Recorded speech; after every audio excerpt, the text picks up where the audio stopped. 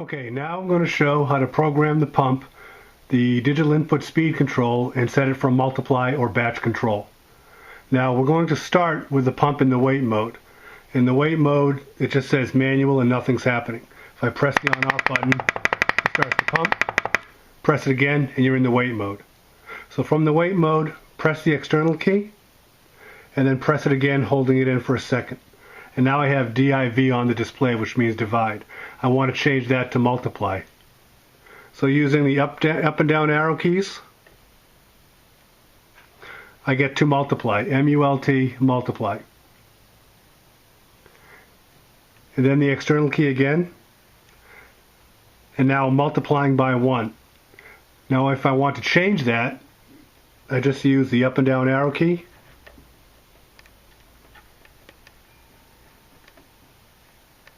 so now every time the pump gets a pulse, it'll stroke 4 times. I hit the external key to get back to the external menu, and then the start-stop key. The pump is now in external operation mode. As soon as it starts seeing pulse signals, it'll start pumping. So we have the multiplier set at 4. When it gets 1 pulse, it'll stroke 4 times. Now I'm going to program the pump for divide control. That means after the pump accumulates a number of pulses, it'll stroke once.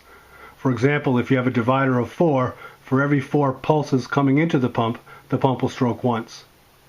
As before, we're going to start from the wait mode. Remember, the pump is pumping, press the start-stop again and you're in the wait mode. Press the external key and then press it in again, holding it for a second. And now you're in the multiply mode. You want to change that to divide. Use your down arrow till you get to divide. And now the external key. And now you choose your divider number. If you have a divider of 1, then every pulse that comes in, the pump will stroke once, a 1-to-1 ratio. We can change that to a divider of 4. So every 4 pulses that come in, the pump will stroke once. And now the external key again, and then the start-stop key. And now the pump is just waiting for pulses.